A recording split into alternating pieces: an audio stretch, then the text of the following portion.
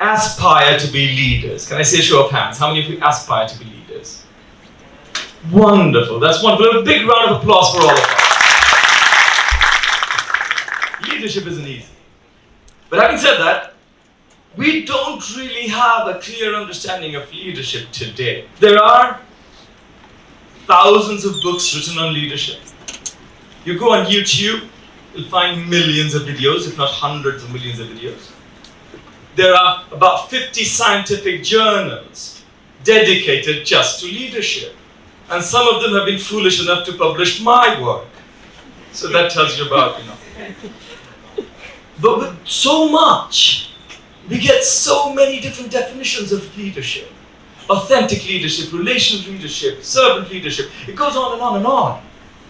And most of this research in leadership has been over the last 100 years, which correlates directly to the rise of business schools.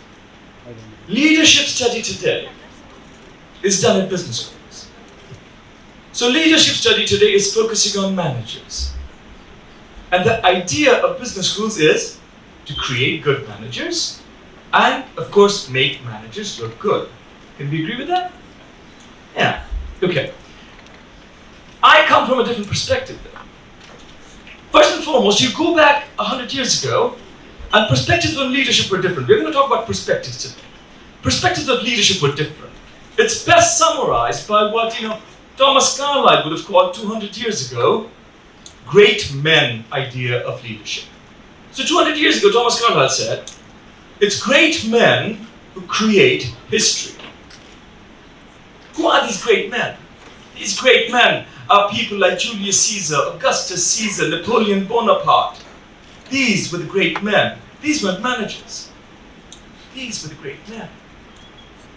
Thomas Carlyle's idea, great men create history.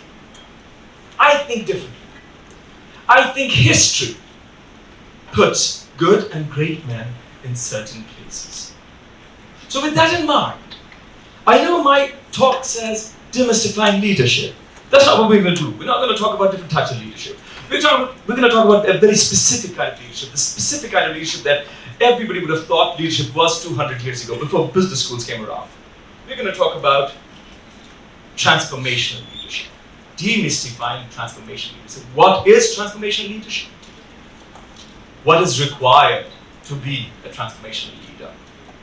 So before we go any further, I'm going to show you a few pictures. Everybody knows this guy? Yes. Right, very famous. I think the richest man in the world right now, right? Probably. Or maybe he's number 2 now. Now it's Mr. Adani's number 1. I don't know. Probably, right? It keeps on changing. But in my business classes, in my management classes, when I ask for names of leaders, almost unanimously this person's name comes up. Do you guys agree? Yeah. Some of you agree. Fantastic. Wonderful. He is super famous, right? How about this guy? One of the best actors of our time, right? We all know him. Do we identify him as a leader? Maybe not, maybe yes, some of us, right? Maybe equally famous. I'm not going to use, local names and pictures, obviously. We've got issues in this country. You see, the thing is, most people today would argue, at least the first picture, if not the latter two, as leaders. I would argue otherwise. And by the end of this lecture or this talk, I'll clarify why I don't consider these people leaders. They are celebrities, there's no doubt. Kim Kardashian, I think. Yeah. I'm sorry, I don't know her well enough, to know her name by heart. But she must have tens, if not hundreds of millions of followers, right? Same with, most of you are followers. Fair enough, I don't know what exactly you're following. They're celebrities. There's a difference between celebrity and leader. This picture though, Nelson Mandela. I'm sure most of you know. I mean, some of you might not be old enough. I don't know. Yeah, yes, Nelson Mandela. Any argument Nelson Mandela was a leader? Any argument? No, right? Mao Zedong, you guys know who Mao Zedong was, Chairman Mao, right? Led China into communism in 1949, was also responsible for the deaths of tens of millions of people. But any argument he was a leader? Maybe not. Mohandas Karamchand Gandhi, the man, apart from Gandhi the movie, of course, that we believe led the Indian subcontinent into independence. We have no arguments, at least about the latter three, that these people are leaders. Why not? And why we consider them transformation leaders? These are things we're going to talk about today. So, 100 years of research in leadership has thrown out a few things, or thrown about a few things. It says leaders come with certain traits. This is a basic list. So there's a longer list, but these are the main things that come out. And I'm not talking about random stuff. Like, I picked up at the bazaar yesterday. Somebody, ShopnerDesh. No, these are from hardcore research, the skills people think leaders have. You'll see one of them is physical attractiveness. Now you ask yourself, how many people think Mohandas Karamchand Gandhi was very physically attractive? No disrespect. If you find him attractive, that's absolutely fine. But Abraham Lincoln, if you know the name, how many people think he was very physically attractive? Reputation, personality, social skills, integrity, that's a very, very important one. Okay? The reason we need to look at these things is because there's leadership schools as well, all over the place, right? Universities, education centers, corporate houses give you leadership training. So, can we pick up these skills? If we pick up these skills, do we automatically become a leader? These are important questions to answer, right? And a lot of people, especially about 100 years ago, Marx, what he did was he combined all of these and called this charisma. So charisma is, close to godliness. You think about Greek mythology, you think about Roman mythology, you think about Hindu mythology, you think about the gods, you think about Arjun, you think about Achilles. What do you think about? You think about extra-human qualities. They're above and beyond the regular human being. That's charisma. That's what Max Weber meant. So charismatic leadership, transformation leadership go hand in hand. Now, you could argue, wait a minute, we can't be Achilles, we can't be Arjuna, two arrows at the same time, hitting two different targets, right? If you are aware of, you are. Good. I'm sure none of you have ever tried a bow and arrow, have you? I hope not. So, charisma, then we can't all be leaders, can we? Probably not, because charisma, it seems, can't be taught. Some people have argued, and very, very strongly argued, that leadership has a huge genetic aspect to it. And this is kind of true, because a lot of these things that you see over here, empathy, novelty seeking, or risk seeking, your cognitive ability, the level of extrovert, think about it. Can you be an introvert and be a leader? Can you be scared of talking to people and lead people into action? Can that happen?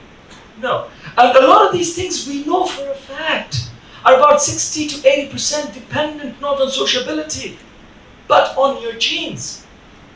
So then you could argue leadership is genetic. Either you're genetically a leader or you aren't. Right? So, two different perspectives. One, you can talk to be a leader. Two, you have to be born a leader. I'll give you a third perspective. Leadership is not about any of this. Leadership is about the people being led. It is the people being led, and this is a new perspective. Not new perspective as in I'm the first person presenting it to you, but this is a fresh perspective compared to the ones I was just presenting 2 minutes ago. Leadership is forged by the people who are being led. People being led. There are groups of people. They want to get somewhere. To get somewhere, they have a dream. This is a dream we call vision. A leader, a lot of people have argued, including Bass and Burns, people who talk about transformation leadership, argued that it's the leader who brings you the vision. They tell you. So you talk about Mohandas Karamchand Gandhi, he tells you, kick the British out. You get a Mao Zedong, he tells you, empower the peasants. You get a Nelson Mandela, he tells you, get rid of apartheid. That's not really how happens though? See what happens. First and foremost, you get groups of people with grievances. So you go to India in the late 19th century. You go to India in the early 20th century. There were big groups of people who were unhappy with British rule, who were unhappy with the way their lives were led. Let's come to a local example. I know I said I'd eschew local examples, but that was about influencers. Let's come to local examples now. Let's talk about the 1960s. We had groups of people with grievances. We had industrial workers with grievances because there wasn't money coming. We had the educated urban youth who didn't have jobs. You had to go to West Pakistan for jobs. They had genuine grievances. Different groups with genuine grievances. When different groups with genuine grievances get big enough, they form movements. And from 1964 onwards, again a Bangladeshi example, we had movements. In 1966, we had movements in the industrial sector, we had movements in the peasant sector. Mostly in history books we talk about student sector movements because those were urban based and they could write better. It's just that simple. But we got those movements. Once those movements come together, these movements seek what Gramsci or Lackler would call a new hegemony. They seek a new system. And this new system is almost always reached. But when reaching this new system, you need somebody at the front. It is these movements that pick the somebody at the front. It is these movements that picked the somebody at the front. In the 40s, there was Mao Zedong in China. It was these movements that picked Mohandas Karamchand Gandhi. And it was these movements that picked Bangabandhu Sheikh Mujibur Rahman. But they don't pick at random. They don't pick at random. You gotta show suffering and sacrifice. From 1949 to 1971, or 1970 rather, the span of 21 years, Sheikh Mujibur Rahman was incarcerated for 13 years. From 1949 to 1970, Abdul Hamid Khan Bhashani was incarcerated for more than 10 years. From 1920 till his death, Mohandas Karamchand Gandhi suffered the whole time. He was incarcerated many times, but when I say suffering, I mean, sort of hunger strikes and so on and so forth, suffered the whole time. Talk about Mao Zedong, any leader, Nelson Mandela, any leader you look at, they were picked by the people, by these groups with grievances, forged these movements. They were picked by these people because they had this clear history of believing in the same thing, the people's vision, not their vision, the people's vision. And they'd shown this suffering and sacrifice. They didn't have to be good looking. They didn't have to have a lot of the things that, trait approach theorists talk about, or your DNA approach theorists talk about. But they did believe and they did suffer. There is a dark side. Actually, there are two different dark sides. Whenever you try to form a new hegemony, it is against somebody else. There is an other. So, when we talk about leadership, when we talk about transformation leadership, it's difficult to argue for, but it is also a clear case that a person like Adolf Hitler also did the same. But he picked another, right? The Jewish minority. You could even argue today Narendra Modi is the same. And he's picked other, the minority in current India. So there is a dark side, because when you force these hegemonies, there is the other. There is another dark side. Look at Mao Zedong. When all of this power is concentrated in that one hegemon, in that one person, in that one figurehead, the charismatic, the transformation leader, things can go wrong, as it did in China, as it did in Russia. Look at Russia right now, under President Putin. So there are dark sides. But having said that, if you can stay away from the dark side, leadership, transformation leadership, is really about belief. It's really about sacrifice. Hence, true leadership, it is not beyond any of you. If I finish with one thing today, I finish with one thing. You believe and you sacrifice. Anyone here can be a true transformation leader. Thank you very much.